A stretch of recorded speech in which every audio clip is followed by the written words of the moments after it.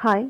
അപ്പോൾ ഇന്ന് നമുക്ക് പഠിക്കാൻ തന്നിട്ടുള്ള SCERT പാഠഭാഗം എന്ന് പറയുന്നത് സോഷ്യൽ സയൻസിലെ പാർട്ട് 2-ലെ, അതായത് 10ാം ക്ലാസ്സിലെ സോഷ്യൽ സയൻസിലെ പാർട്ട് 2-ലെ 6ാമത്തെ ചാപ്റ്റർ ആയിട്ടുള്ള സ്വാതന്ത്ര്യത്തിനായുള്ള ബഹുജന മുന്നേറ്റം, അതിന്റെ പാർട്ട് 1 ആണ് ഇന്ന് നമുക്ക് പഠിക്കാനായിട്ട് തന്നിട്ടുള്ളത്.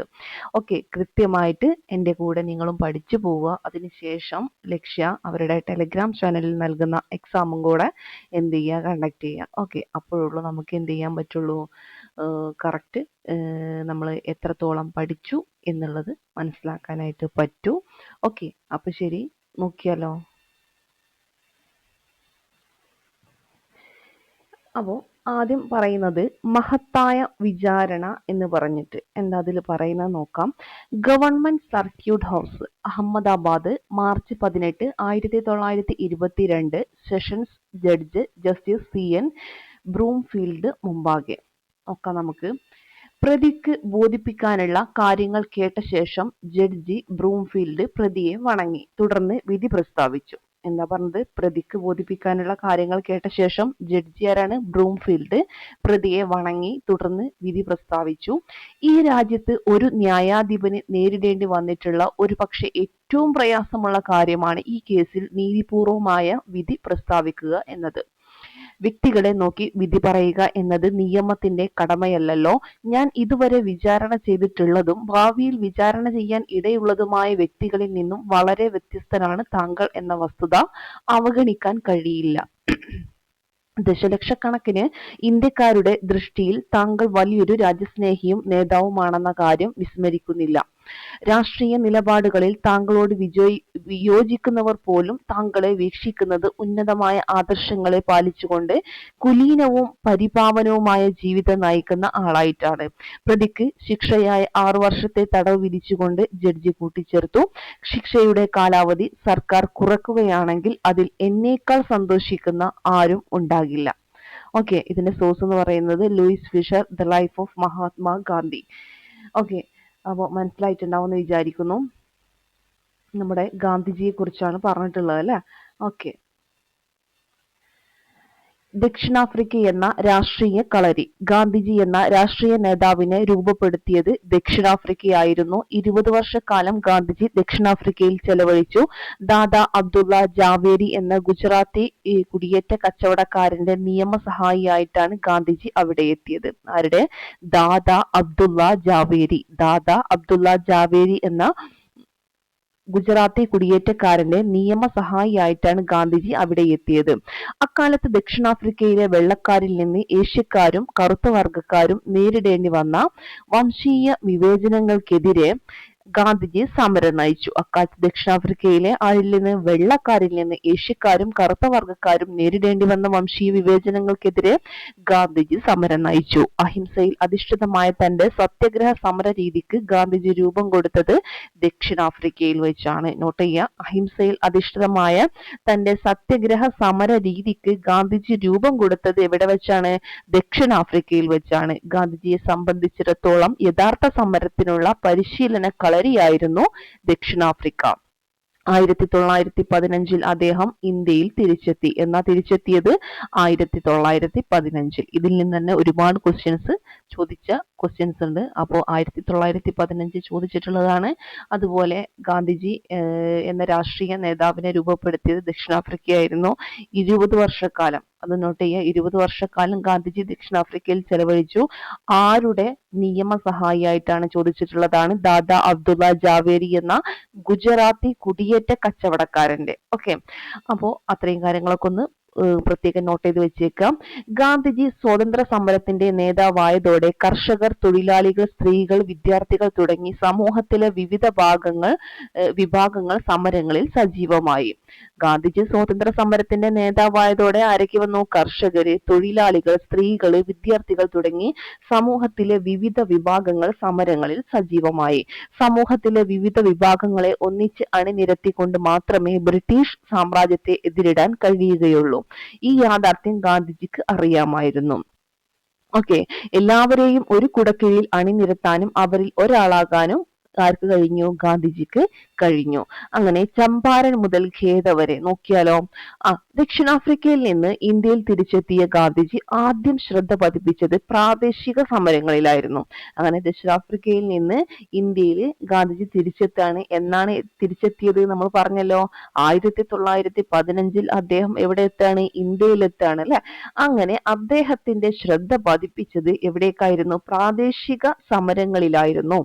1917 ബീഹാറിലെ ചമ്പാരൻ ജില്ലയിലെ നീലം കർഷകരുടെ പ്രശ്നങ്ങളിൽ അദ്ദേഹം ഇടപെട്ടു. നോട്ട് ചെയ്ത് വെച്ചേക്കുക.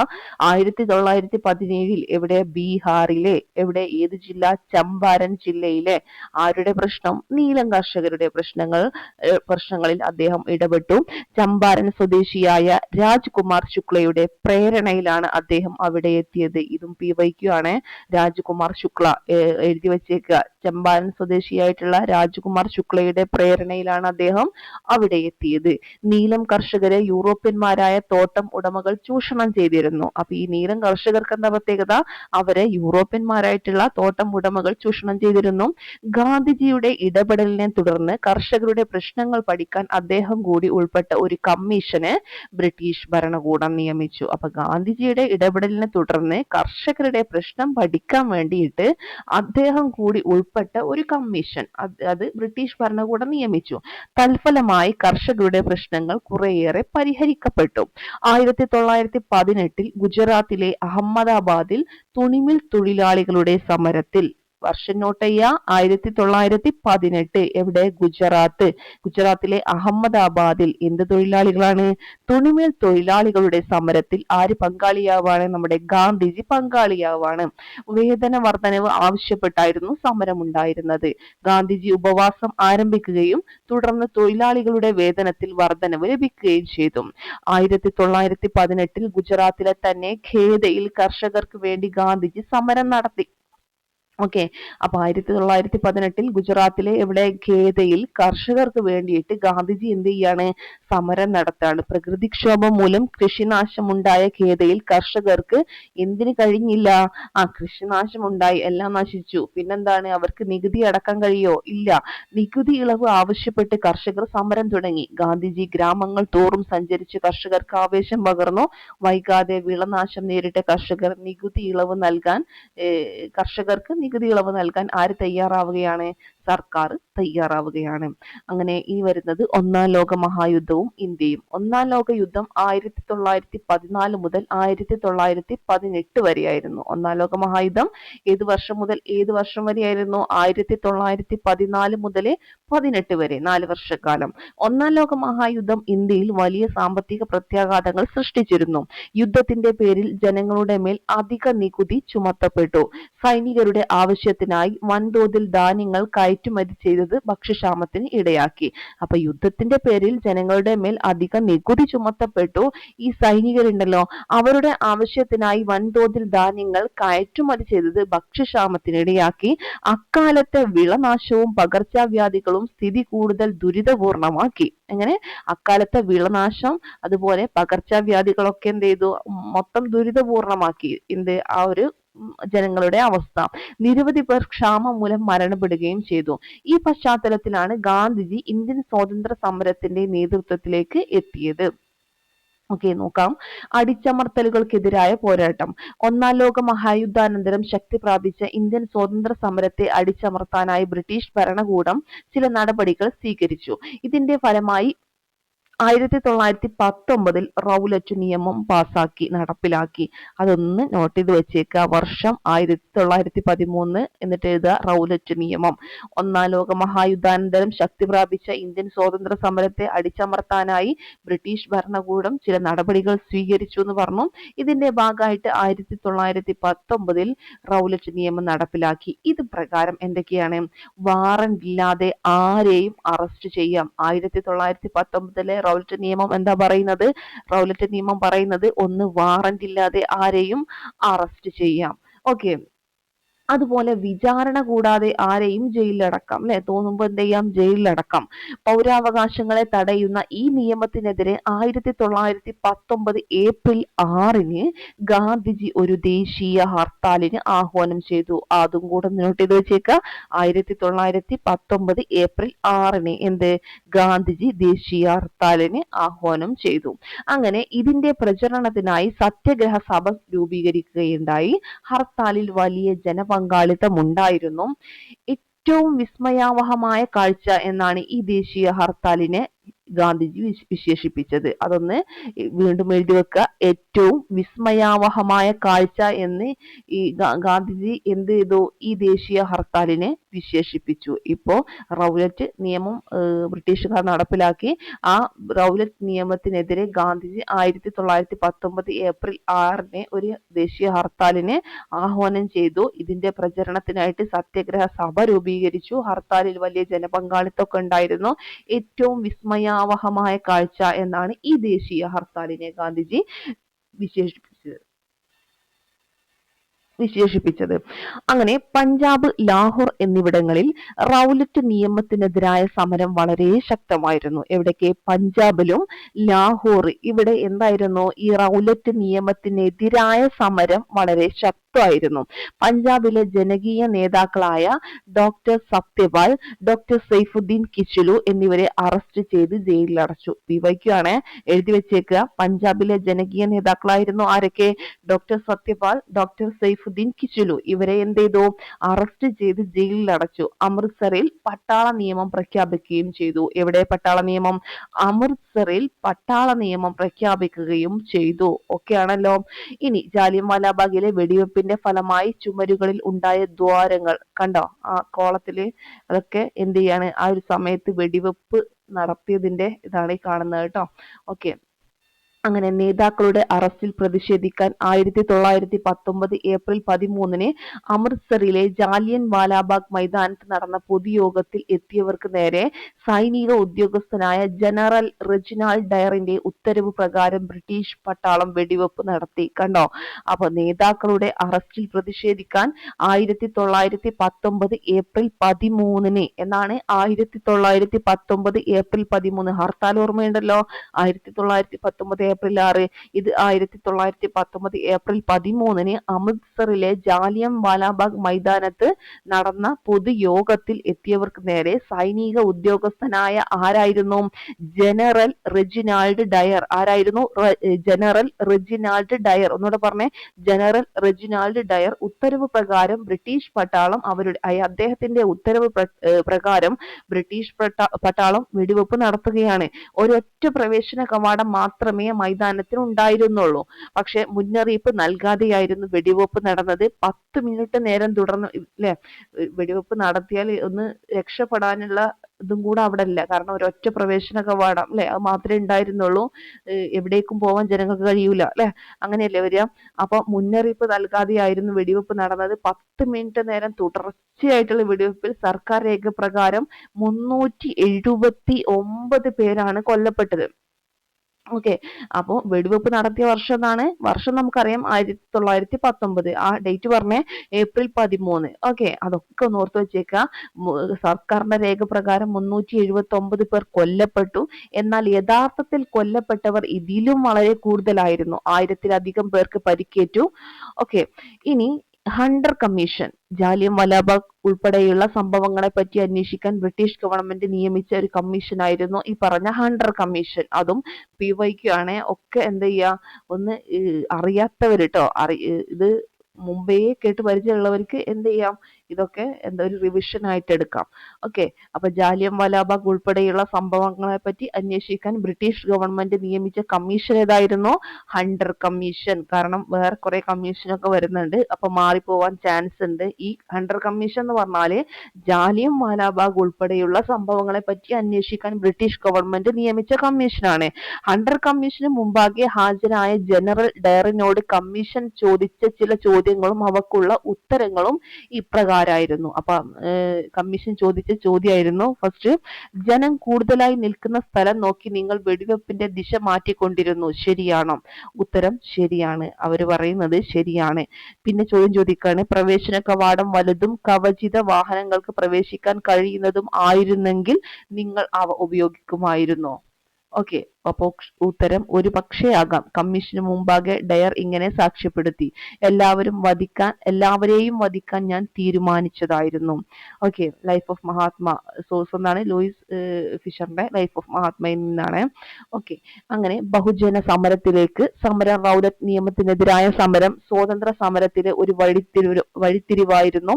എന്നാൽ അത് പ്രധാനമായും മേഖലകളിൽ ആയിരുന്നു ശക്തിയാർജിച്ചത്. സമരം, റൗലറ്റ് നിയമത്തിനെതിരായ സമരം സ്വാതന്ത്ര്യ സമരത്തിലെ ഒരു വഴിത്തിരിവായിരുന്നു.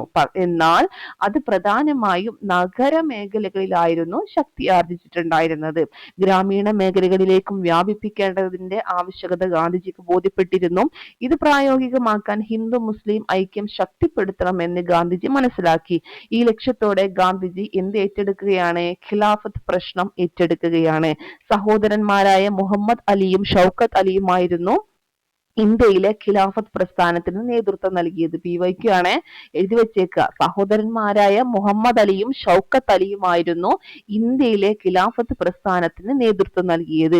അപ്പൊ ഖിലാഫത്ത് എന്ന് വെച്ചാല് ഒന്നാം ലോക മഹായുദ്ധത്തിലെ വിജയികൾ പരാജയപ്പെട്ട തുർക്കിയുമായി സെവ്രസ് ഉടമ്പടി ഒപ്പുവെച്ചു. നോട്ട് ചെയ്ത് വെച്ചേക്കാം. ഒന്നാം ലോക മഹായുദ്ധത്തിലെ വിജയികൾ പരാജയപ്പെട്ട തുർക്കിയുമായി സെവ്രസ് ഉടമ്പടി ഒപ്പുവെച്ചു. ഏതാണ് ഉടമ്പടി? സെവ്രസ് ഉടമ്പടി.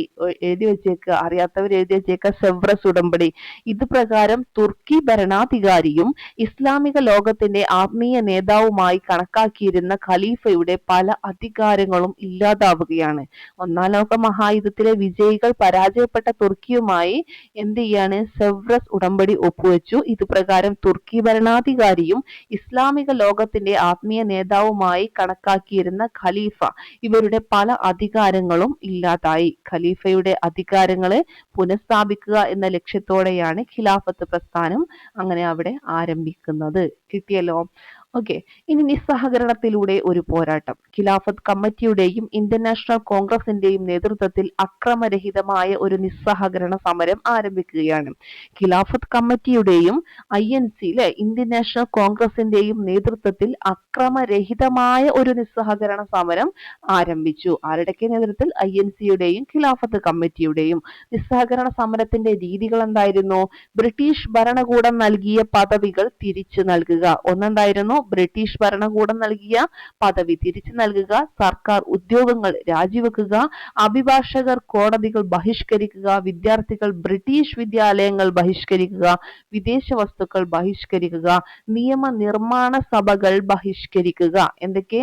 ബ്രിട്ടീഷ് ഭരണകൂടം നൽകിയ പദവികൾ തിരിച്ചു നൽകുക, സർക്കാർ ഉദ്യോഗങ്ങൾ രാജിവെക്കുക, അഭിഭാഷകർ കോടതികൾ ബഹിഷ്കരിക്കുക, വിദ്യാർത്ഥികൾ ബ്രിട്ടീഷ് വിദ്യാലയങ്ങൾ ബഹിഷ്കരിക്കുക, വിദേശ വസ്തുക്കൾ ബഹിഷ്കരിക്കുക, നിയമനിർമ്മാണ സഭകൾ ബഹിഷ്കരിക്കുക. നിയമനിർമ്മാണ സഭകൾ ബഹിഷ്കരിക്കുക. കിട്ടിയോ? ഇനി സാമുദായിക സൗഹാർദ്ദം ശക്തിപ്പെടുത്തുക, സ്വദേശി വസ്തുക്കൾ ഉപയോഗിക്കുക, ഖാദി പ്രചരിപ്പിക്കുക, ദേശീയ വിദ്യാലയങ്ങൾ സ്ഥാപിക്കുക എന്നിവയും സമരകാലത്തെ പരിപാടികൾ ആയിരുന്നു. നിസ്സഹകരണ സമരത്തിന്റെ സന്ദേശവുമായി ഗാന്ധിജിയും അലി സഹോദരന്മാരും രാജ്യത്തിന്റെ വിവിധ ഭാഗങ്ങളിൽ സന്ദർശനം നടത്തുകയും ജനങ്ങളെ നേരിൽ കാണുകയും ചെയ്തു. ഈ സന്ദർശനങ്ങൾ സ്വാതന്ത്ര്യ സമരം സാധാരണക്കാരുടേത് കൂടിയാണെന്ന് തിരിച്ചറിവ് ജനങ്ങളിൽ ഉണ്ടാക്കുന്നതിന് സഹായകമായി. ഓക്കെ ആണല്ലോ? എന്താ പറഞ്ഞത്? നിസ്സഹകരണ സമരത്തിന്റെ സന്ദേശവുമായി ഗാന്ധിജിയും അലി സഹോദരന്മാരും രാജ്യത്തിന്റെ വിവിധ ഭാഗങ്ങളിൽ സന്ദർശനം നടത്തുകയും ജനങ്ങളെ നേരിൽ കാണുകയും ചെയ്തു. ഈ സന്ദർശനങ്ങൾ സ്വാതന്ത്ര്യ സമരം സാധാരണക്കാരുടേത് കൂടിയാണെന്ന തിരിച്ചറിവ് ജനങ്ങളിൽ ഉണ്ടാക്കുകയാണ്. ഗ്രാമ നഗര മേഖലകളിൽ ഒരു സമരം എന്താണ്? ഒരുപോലെ ശക്തമായിരുന്നു. ഓക്കെ, ഇനി നോക്കാനുള്ളത് ഹിന്ദു സ്വരാജ്. ഗാന്ധിജി രചിച്ച് 1909 പ്രസിദ്ധീകരിച്ച പുസ്തകമാണ് ഹിന്ദു സ്വരാജ്. ഈ ഡേറ്റ് വർഷം അങ്ങനെ തന്നെ ചോദിച്ചിട്ടുണ്ട്. ഗാന്ധിജി രചിച്ച് 1909 പ്രസിദ്ധീകരിച്ച പുസ്തകമാണ് ഹിന്ദു സ്വരാജ്. ഇതിൽ ഇന്ത്യയിലെ ബ്രിട്ടീഷ് ഭരണത്തെ ഗാന്ധിജി ഇപ്രകാരം വിശദീകരിച്ചു. ഇന്ത്യക്കാരുടെ സഹകരണത്തിലൂടെയാണ് ഇന്ത്യയിൽ ബ്രിട്ടീഷ് ഭരണം നിലവിൽ വന്നത്. അത് നിലനിൽക്കുന്നതും ഈ സഹകരണം കാരണമാണ്. ഗാന്ധിജി രചിച്ച് 1909 പ്രസിദ്ധീകരിച്ച പുസ്തകമാണ് ഹിന്ദു സ്വരാജ് എന്ന് പറഞ്ഞു. ഇതിൽ ഇന്ത്യയിലെ ബ്രിട്ടീഷ് ഭരണത്തെ ഗാന്ധിജി ഇപ്രകാരം വിശദീകരിക്കുകയാണ്: ഇന്ത്യക്കാരുടെ സഹകരണത്തോടെയാണ് ഇന്ത്യയിൽ ബ്രിട്ടീഷ് ഭരണം നിലവിൽ വന്നത്. അത് നിലനിൽക്കുന്നതും ഈ സഹകരണം കാരണമാണ്. ഇന്ത്യക്കാർക്ക് നിസ്സഹകരിച്ചാൽ ബ്രിട്ടീഷ് ഭരണം ഒരു വർഷം കൊണ്ട് അവസാനിക്കുകയും സ്വരാജ് നിലവിൽ വരികയും ചെയ്യും. ഇന്ത്യക്കാർ ഇത് നിസ്സഹകരിച്ചാല് ബ്രിട്ടീഷ് ഭരണം ഒരു വർഷം കൊണ്ട് അവസാനിക്കും, സ്വരാജ് നിലവിൽ വരികയും ചെയ്യും. ഹിന്ദു സ്വരാജ് എന്നതുകൊണ്ട് ഗാന്ധിജി ഉദ്ദേശിച്ചത് ഇന്ത്യയുടെ സ്വയംഭരണം എന്നുള്ളതാണ്. ഓക്കെ, ഇനി നമുക്ക് ഇത് നോക്കാം. വിദേശ വസ്തുക്കളുടെ ബഹിഷ്കരണം, വിദേശ തുണിത്തരങ്ങൾ ശേഖരിച്ച് കത്തിക്കൽ തുടങ്ങിയ സമര രീതികളിൽ സ്ത്രീകൾ പങ്കാളികളായി. അപ്പൊ സ്ത്രീകളുടെ പങ്കാളിത്തം എങ്ങനെയായിരുന്നു? വിദേശ വസ്തുക്കളുടെ ബഹിഷ്കരണം, വിദേശ തുണിത്തരങ്ങൾ ശേഖരിച്ച് കത്തിക്കൽ തുടങ്ങിയ സമര രീതികളിൽ സ്ത്രീകൾ പങ്കാളികളായി. ഇനി നിസ്സഹകരണ സമരത്തോട് തൊഴിലാളികളുടെ പ്രതികരണവും സജീവമായിരുന്നു. മദ്രാസിലെ ബക്കിംഗ്ഹാം കർണാടിക് തുണിമിൽ തൊഴിലാളികൾ, മദ്രാസിലെ ബക്കിംഗ്ഹാം കർണാടിക് തുണിമിൽ തൊഴിലാളികൾ, അസമിലെ തോട്ടം തൊഴിലാളികൾ, അസം ബംഗാൾ റെയിൽവേ തൊഴിലാളികൾ തുടങ്ങിയവർ പണിമുടക്കി സമരത്തോട് സഹകരിച്ചു. അപ്പൊ എങ്ങനെയായിരുന്നു തൊഴിലാളികളുടെ സഹകരണം? നിസ്സഹകരണ സമരത്തോട് തൊഴിലാളികളുടെ പ്രതികരണവും സജീവമായിരുന്നു. മദ്രാസിലെ ബക്കിംഗ്ഹാം കർണാടിക് തുണിമില്ല്, എന്ത് തുണിമില്ല്? ബക്കിംഗ്ഹാം കർണാടിക് തുണിമില്ല്, എവിടെ? മദ്രാസിലെ അവിടുത്തെ തുണിമിൽ തൊഴിലാളികൾ, അസാമിലെ തോട്ടം തൊഴിലാളികള്, അസം ബംഗാൾ റെയിൽവേ തൊഴിലാളികൾ, ഇവർ എന്ത് ചെയ്തു? പണിമുടക്കി സമരത്തോട് സഹകരിച്ചു. ഈ വിദ്യാർത്ഥികളാണെങ്കിൽ ആയിരക്കണക്കിന് വിദ്യാർത്ഥികൾ സർക്കാർ സ്കൂളുകളും കോളേജുകളും ബഹിഷ്കരിച്ചു. അവർ ദേശീയ വിദ്യാലയങ്ങളിൽ ചേർന്ന് പഠനം തുടർന്നു.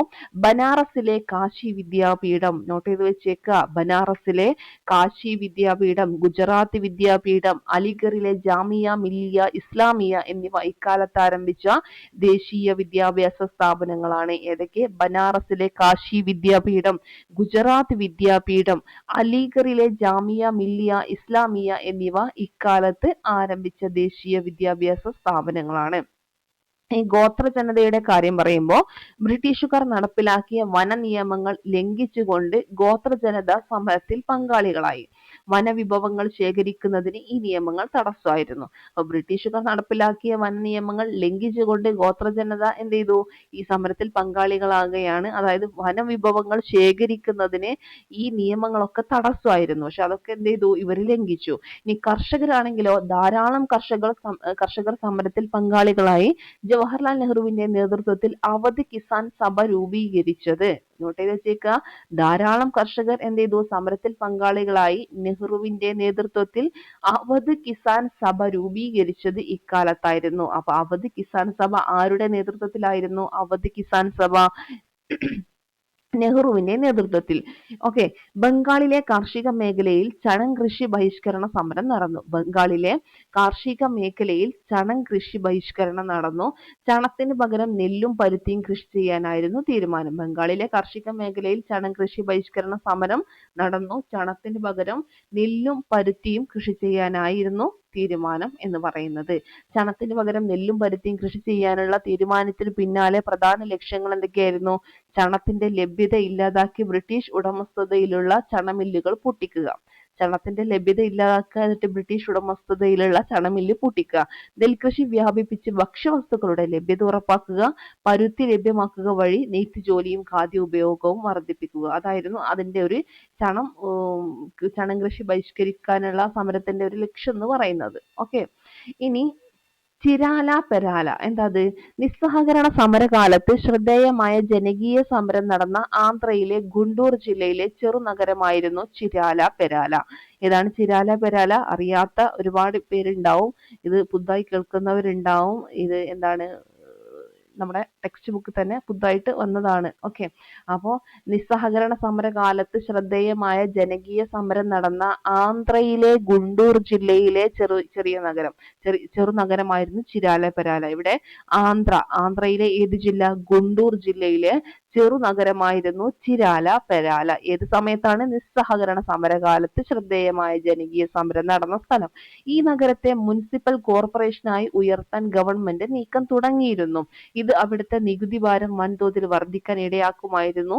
ഇതിനെതിരെ ദുഗ്ഗിരാല ഗോപാലകൃഷ്ണയുടെ നേതൃത്വത്തിൽ 15,000-ഓളം വരുന്ന ജനങ്ങൾ നികുതി നിഷേധ സമരം നടത്തുകയും നഗരം ഒഴിഞ്ഞു പോവുകയും ചെയ്തു. അപ്പം ഇതിനെതിരെ ആരുടെ നേതൃത്വം? ദുഗ്ഗിരാല ഗോപാലകൃഷ്ണ. ഫസ്റ്റ് ആയിരിക്കും ചിലപ്പോൾ കേൾക്കുന്നത് ദുഗ്ഗിരാല ഗോപാലകൃഷ്ണ. എഴുതി വെച്ചേ, ദുഗ്ഗിരാല ഗോപാലകൃഷ്ണയുടെ നേതൃത്വത്തിൽ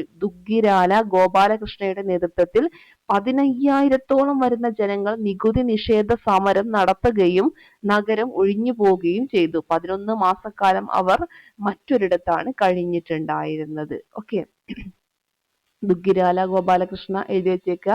അതുപോലെ എന്താണ്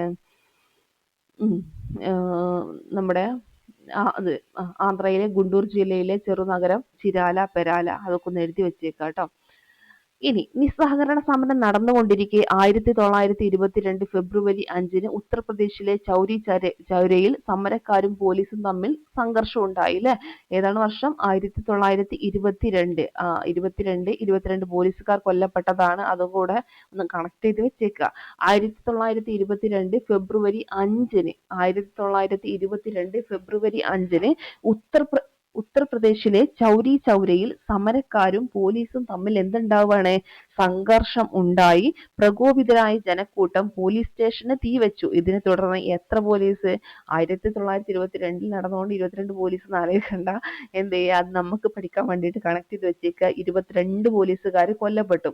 സമരം അഹിംസാ മാർഗത്തിൽ നിന്ന് വ്യതിചലിക്കുന്നതായി മനസ്സിലാക്കിയ ഗാന്ധിജി സമരം പിൻവലിക്കുകയുണ്ടായി. ഈ തീരുമാനം മറ്റ് നേതാക്കളെ അമ്പരിപ്പിച്ചു. ഓക്കെ, സമരം അഹിംസാ മാർഗത്തിൽ നിന്ന് വ്യതിചലിക്കുന്നതായിട്ട് ആർക്ക് മനസ്സിലായി? നമ്മുടെ ഗാന്ധിജിക്ക് മനസ്സിലായപ്പോൾ അതെന്ത് ചെയ്യാണ്? പിൻവലിക്കുകയാണ് അല്ലെ. ഈ തീരുമാനം മറ്റ് നേതാക്കളെ അമ്പരിപ്പിച്ചു. ഗാന്ധിജി കടുത്ത വിമർശനങ്ങൾക്ക് വിധേയനായി. കാരണം ഗാന്ധിജിയുടെ ആ ഒരു ഇതെന്ന് പറയുന്നത് അഹിംസയിൽ ഒതുങ്ങുന്നതായിരുന്നു അല്ലെ. പക്ഷെ ഇവിടെ അതാണ് നടന്നത്? അല്ല. അപ്പൊ അതുകൊണ്ട് എന്ത് ചെയ്യാണ്? ഗാന്ധിജി അത് പിൻവലിക്കുകയാണ്. ഗാന്ധിജി കടുത്ത വിമർശനങ്ങൾക്ക് വിധേയനായി. സുഭാഷ് ചന്ദ്രബോസ് ഈ തീരുമാനത്തെ ദേശീയ ദുരന്തം എന്നാണ് വിശേഷിപ്പിച്ചത്. ഇത് ചോദിച്ചിട്ടുള്ളതാണ്. ആരാണ് ഇതിനെ ദേശീയ ദുരന്തം എന്ന് വിശേഷിപ്പിച്ചത് ചോദിച്ചാൽ സുഭാഷ് ചന്ദ്രബോസ് ആണ്. പിന്നീട് ഗാന്ധിജിയെ അറസ്റ്റ് ചെയ്യുകയും വിചാരണയ്ക്ക് ശേഷം 6 വർഷത്തെ തടവിന് ശിക്ഷിക്കുകയും ചെയ്തു. ഓക്കെ, മനസ്സിലായോ? 6 വർഷത്തെ തടവ്. ഓക്കെ, അങ്ങനെയാണ്. ഇനി പോരാട്ടം നിയമനിർമ്മാണ സഭകളിൽ. നിസ്സഹകരണ സമരകാലത്ത് തെരഞ്ഞെടുപ്പുകളും നിയമനിർമ്മാണ സഭകളും ബഹിഷ്കരിച്ചിരുന്നു. നിസ്സഹകരണ സമരകാലത്ത് തെരഞ്ഞെടുപ്പുകളും നിയമനിർമ്മാണ സഭകളും എന്ത് ചെയ്തിരുന്നു? ബഹിഷ്കരിച്ചിരുന്നു. ഓക്കെ, അപ്പോ ഇതിനോട് വിയോജിപ്പുണ്ടായിരുന്ന കോൺഗ്രസ് നേതാക്കളായിരുന്ന CR ദാസ്, മോത്തിലാൽ നെഹ്റു തുടങ്ങിയവരുടെ നേതൃത്വത്തിൽ 1923 സ്വരാജ് പാർട്ടി രൂപീകരിക്കപ്പെട്ടു. അപ്പൊ നിസ്സഹകരണ സമരകാലത്ത് തെരഞ്ഞെടുപ്പുകളും നിയമനിർമ്മാണ സഭകളും ബഹിഷ്കരിച്ചിരുന്നു. ഇതിനോട് വിയോജിപ്പുണ്ടായിരുന്ന കോൺഗ്രസിലെ നേതാക്കളായിരുന്നു CR ദാസും മോത്തിലാൽ നെഹ്റുവും. ഇവരുടെ നേതൃത്വത്തിൽ 1923 എന്ത് ചെയ്യാണ്? സ്വരാജ് പാർട്ടി രൂപീകരിക്കുകയാണ്. നിയമനിർമ്മാണ സഭകളെ പോരാട്ടത്തിനുള്ള വേദിയാക്കുകയായിരുന്നു അവരുടെ ലക്ഷ്യം എന്ന് പറയുന്നത്. ഇതിനായി അവർ തെരഞ്ഞെടുപ്പിൽ മത്സരിച്ച് നിയമനിർമ്മാണ സഭകളിൽ അംഗത്വം നേടിക്കൊണ്ട് സർക്കാരിനെ വിമർശിച്ചു. നിയമനിർമ്മാണ സഭകളിൽ സർക്കാരിന്റെ ജനവിരുദ്ധ നയങ്ങളെ തുറന്നു കാണിക്കാൻ സ്വരാജ് പാർട്ടിക്ക് കഴിഞ്ഞു. തുടരുന്ന ജനകീയ സമരങ്ങളാണ് ഇനിയുള്ളത്. ചൗരി ചൗര സംഭവത്തെ തുടർന്ന് നിസ്സഹകരണ സമരം പിൻവലിച്ചെങ്കിലും ജനങ്ങളിൽ അത് സൃഷ്ടിച്ച ആവേശം അവസാനിച്ചില്ല. തുടർന്നുള്ള വർഷങ്ങളിലും ഇന്ത്യയുടെ വിവിധ ഭാഗങ്ങളിൽ ബ്രിട്ടീഷ് വിരുദ്ധ സമരങ്ങൾ അരങ്ങേറി. ആന്ധ്രയിലെ ഗോത്ര ജനതയുടെ സമരം ഇതിന് ഉദാഹരണമാണ്. ഓക്കെ, അപ്പൊ ഇന്ത്യയുടെ വിവിധ ഭാഗങ്ങളിൽ വീണ്ടും എന്തുണ്ടായിട്ടുണ്ട്? ബ്രിട്ടീഷ് വിരുദ്ധ സമരങ്ങൾ അരങ്ങേറിയിട്ടുണ്ടായിരുന്നു. അപ്പൊ ആന്ധ്രയിലെ ഗോത്ര ജനതയുടെ സമരം ഇതിന് ഉദാഹരണമാണ്. അല്ലൂരി സീതാരാമരാജുവിന്റെ നേതൃത്വത്തിലായിരുന്നു റാംപ ലഹള എന്ന പേരിൽ അറിയപ്പെട്ട ഈ സമരം. അല്ലൂരി സീതാരാമരാജുവിന്റെ നേതൃത്വത്തിലായിരുന്നു റാംപ ലഹള എന്നറിയപ്പെട്ട ഈ ഒരു സമരം എന്ന് പറയുന്നത്. ആന്ധ്രയിലെ ഗോത്ര ജനതയുടെ സമരം പറഞ്ഞല്ലോ. അപ്പം അത് അല്ലൂരി സീതാരാമരാജുവിന്റെ നേതൃത്വത്തിൽ ആയിരുന്ന റാംപ ലഹള. ഏതാണ് ലഹള? റാംപ ലഹള എന്ന പേരിൽ അറിയപ്പെട്ട ഈ ഒരു സമരം. ബ്രിട്ടീഷ് വന നിയമങ്ങൾ കാരണം വനങ്ങളിൽ കാലിമേക്കാനുള്ള അവകാശങ്ങൾ തടയപ്പെട്ടതും കൊള്ളപ്പലിശക്കാരുടെ ചൂഷണവുമായിരുന്നു അവരെ സമരത്തിലേക്ക് പ്രേരിപ്പിച്ചത്. ഓക്കെ, കൊള്ളപ്പലിശക്കാരുടെ ചൂഷണം ഓക്കെ, ഇതൊക്കെയായിരുന്നു എന്ത് ചെയ്തത്, അവരെ സമരത്തിന് പ്രേരിപ്പിച്ചിട്ടുണ്ടായിരുന്നത്. ബ്രിട്ടീഷ് ഭരണ നിയമങ്ങൾ കാരണം വനങ്ങളിൽ കാലിമേക്കാനുള്ള അവകാശം തടയപ്പെട്ടു അല്ലെ. അങ്ങനെ കൊള്ളപ്പലിശക്കാരുടെ ചൂഷണവുമായിരുന്നു അവരെ സമരത്തിലേക്ക് പ്രേരിപ്പിച്ചത്. 2500 ചതുരശ്ര മൈൽ എന്താണ് 2500 ചതുരശ്ര മൈൽ ഭൂമേഖല സമരക്കാരുടെ നിയന്ത്രണത്തിലായിരുന്നു. അതുപോലെ മലബാർ സ്പെഷ്യൽ പോലീസ് അല്ലെ, MSP, അതുപോലെ അസം റൈഫിൾസ് എന്നീ സൈനിക വിഭാഗങ്ങളെ ഉപയോഗിച്ചാണ് സമരം നടത്തിയത്. അല്ലൂരി സീതാരാമരാജു സമരത്തിനിടയിൽ കൊല്ലപ്പെടുകയുണ്ടായി. വിദ്യാർത്ഥി യുവജന പ്രസ്ഥാനങ്ങൾ ശക്തിപ്പെട്ടതും ഇക്കാലത്തായിരുന്നു. പൂർണ്ണ സ്വാതന്ത്ര്യം എന്നതായിരുന്നു ഈ പ്രസ്താവനകൾ മുന്നോട്ട് വെച്ച ലക്ഷ്യം. ജവഹർലാൽ നെഹ്റുവും സുഭാഷ് ചന്ദ്രബോസും ഇന്ത്യ മുഴുവൻ സഞ്ചരിച്ച് വിദ്യാർത്ഥികളെയും യുവജനങ്ങളെയും അഭിസംബോധന ചെയ്തു. അങ്ങനെ സൈമൺ ഗോ ബാക്ക് അല്ലെ, സൈമൺ തിരിച്ചു പോവുക, ഇന്ത്യയിൽ നടപ്പിലാക്കേണ്ട ഭരണ പരിഷ്കാരങ്ങളെ പറ്റി നിർദ്ദേശങ്ങൾ നൽകാൻ ബ്രിട്ടീഷ് ഭരണകൂടം നിയമിച്ച കമ്മീഷനായിരുന്നു സർ ജോൺ സൈമണിന്റെ നേതൃത്വത്തിലുള്ള കമ്മീഷൻ. കമ്മീഷനിലെ 7 അംഗങ്ങളും ബ്രിട്ടീഷുകാരായിരുന്നു. നോട്ട് ചെയ്ത് വെച്ചേക്കുക, ഇതൊക്കെ സ്റ്റേറ്റ്മെന്റ് ലെവലിൽ വന്നാല് മാറിപ്പോവാനുള്ള സാധ്യതയുണ്ട്. കമ്മീഷനിലെ എത്ര അംഗങ്ങൾ? 7 അംഗങ്ങളും ബ്രിട്ടീഷുകാരായിരുന്നു. ഇക്കാരണത്താൽ സൈമൺ കമ്മീഷനെ ബഹിഷ്കരിക്കാൻ കോൺഗ്രസും മറ്റ് ചില രാഷ്ട്രീയ പാർട്ടികളും തീരുമാനിച്ചു. എന്തിനാ വന്നിട്ടുള്ളത്? ഇന്ത്യയിൽ നടപ്പിലാക്കേണ്ട ഭരണഘടനാ പരിഷ്കാരങ്ങളെ പറ്റി നിർദ്ദേശങ്ങൾ നൽകാൻ ബ്രിട്ടീഷ് ഭരണകൂടം നിയമിച്ച കമ്മീഷൻ ആയിരുന്നു സർ ജോൺ സൈമണിന്റെ നേതൃത്വത്തിലുള്ള കമ്മീഷൻ. ഓക്കെ, കമ്മീഷൻ ഇന്ത്യയിൽ എത്തിയ ദിവസം 1928 ഫെബ്രുവരി 3. അതൊക്കെ ഒന്ന് എഴുതി വച്ചേക്കുക. കമ്മീഷൻ ഇന്ത്യയിൽ എത്തിയ ദിവസം എന്നാണ് 1928 ഫെബ്രുവരി 3. 1928 ഫെബ്രുവരി 3 കമ്മീഷൻ എന്ത് ചെയ്യാണ്? ഇന്ത്യയിൽ എത്തുകയാണ്. രാജ്യത്തുടനീളം ഹർത്താൽ ആചരിച്ചു. ആ ദിവസം രാജ്യത്തിലുടനീളം ഹർത്താൽ ആചരിച്ചു. സൈമൺ ഗോ ബാക്ക് അഥവാ സൈമൺ തിരിച്ചു പോവുക എന്ന മുദ്രാവാക്യവുമായി എന്ത് ചെയ്യാണ്? മുദ്രാവാക്യം ഇന്ത്യൻ തെരുവുകളിൽ മുഴങ്ങുകയാണ്. ലാഹോറിൽ സമരക്കാർക്ക് നേരെ നടന്ന ലാത്തി ചാർജിൽ പരിക്കേറ്റ ലാലാ ലജ്പത് റായ് പിന്നീട് മരണപ്പെട്ടു. ലാഹോറിൽ എന്ത് ചെയ്യാണ്? സമരക്കാർക്ക് നേരെ നടത്തിയ ലാത്തി ചാർജിൽ പരിക്കേറ്റ ലാലാ ലജ്പത് റായ് ആ സമയത്ത് മരിക്കപ്പെടുകയാണ്. അതുപോലെ കെട്ടുറപ്പുള്ള ഭരണഘടനാ പരിഷ്കാരങ്ങൾ ആവിഷ്കരിക്കാൻ ഇന്ത്യക്കാർക്ക് കഴിയില്ലെന്ന് ബ്രിട്ടീഷ് ഉദ്യോഗസ്ഥർ നിരന്തരം പറഞ്ഞുകൊണ്ടേയിരുന്നു. ഈ പശ്ചാത്തലത്തിൽ പൂനെയിൽ വിവിധ പാർട്ടികൾ യോഗം ചേർന്ന് ഭരണഘടനാ പരിഷ്കരണ റിപ്പോർട്ട് തയ്യാറാക്കി. മോത്തിലാൽ നെഹ്റുവിന്റെ നേതൃത്വത്തിൽ തയ്യാറാക്കിയ ഈ റിപ്പോർട്ട് നെഹ്റു കമ്മിറ്റി റിപ്പോർട്ട് എന്നറിയപ്പെട്ടു. പിൽക്കാലത്ത് ഇന്ത്യൻ ഭരണഘടന തയ്യാറാക്കുന്നതിൽ ഈ റിപ്പോർട്ട് നെഹ്റു റിപ്പോർട്ട് സ്വാധീനം ചെലുത്തിയിട്ടുണ്ട്. ബർദോളിയിലെ കർഷക മുന്നേറ്റം 1928 ഗുജറാത്തിലെ ബർദോളി വലിയൊരു കർഷക സമരത്തിന് വേദിയായി. സർദാർ വല്ലഭായ് പട്ടേലിന്റെ നേതൃത്വത്തിലായിരുന്നു സമരം. ഏത് സമരം? ബർദോളി സമരം. ഓക്കെ, അബ്ബാസ് ത്യാബ്ജി, വിത്തൽ ഭായ് പട്ടേൽ എന്നിവരും സമരത്തിൽ പങ്കുവഹിച്ചു. ആരൊക്കെയാണ്? അബ്ബാസ് ത്യാബ്ജി, അതുപോലെ വിത്തൽ ഭായ് പട്ടേൽ, അബ്ബാസ് ത്യാബ്ജി, വിത്തൽ ഭായ് പട്ടേൽ എന്നിവരും സമരത്തിൽ വലിയ പങ്ക് വഹിച്ചു. നികുതി വർധനവായിരുന്നു സമരത്തിന്റെ പ്രധാന കാരണം. നികുതി അടക്കാൻ വിസമ്മതിച്ചുകൊണ്ട് കർഷകർ സമരം ആരംഭിച്ചു. കൃഷിയിടങ്ങൾ, വളർത്തുമൃഗങ്ങൾ, വണ്ടികൾ, കാർഷിക ഉപകരണങ്ങൾ എന്നിവ സർക്കാർ പിടിച്ചെടുത്തു. അപ്പോൾ നികുതി വർധനവായിരുന്നു സമരത്തിന്റെ പ്രധാന കാരണം എന്ന് പറയുന്നത്. ഇനി നികുതി അടക്കാൻ വിസമ്മതിച്ചുകൊണ്ട് കർഷകർ സമരം ആരംഭിച്ചു. കൃഷിയിടങ്ങൾ, വളർത്തുമൃഗങ്ങൾ, അതുപോലെ വണ്ടികൾ, കാർഷിക ഉപകരണങ്ങൾ എന്നിവ സർക്കാർ പിടിച്ചെടുത്തു. സർദാർ വല്ലഭായ് പട്ടേൽ സമരക്കാരോട് ഇങ്ങനെ നിർദ്ദേശിച്ചു: നിങ്ങളുടെ വണ്ടികളും ഉപകരണങ്ങളും അഴിച്ച് പല ഭാഗങ്ങളാക്കി പല സ്ഥലങ്ങളിൽ സൂക്ഷിക്കുക. ഗാന്ധിജി ബർദോളി സന്ദർശിച്ച് കർഷകർക്ക് ഉറച്ച പിന്തുണ നൽകി. അവസാനം സർക്കാർ നികുതി വർധനവ് പിൻവലിച്ചു. അങ്ങനെ സമരം വിജയം നേടി. ഓക്കെ, ഇത്രയാണ് നമുക്ക് ഇന്ന് SCERT ചാപ്റ്ററിൽ, ഈ ഒരു ചാപ്റ്ററിൽ നമുക്ക് പഠിക്കാനായിട്ടുള്ളത്. അപ്പോൾ ഇനി എന്ത് ചെയ്യുക? ഇത് നന്നായിട്ട് പഠിച്ചതിന് ശേഷം വീണ്ടും കേൾക്കുക. അതിന് ശേഷം എന്ത് ചെയ്യുക? എക്സാം പോയിട്ട് അറ്റൻഡ് ചെയ്യാനായിട്ട് നോക്കുക. ഓക്കെ, അപ്പോൾ ശരി, താങ്ക് യു.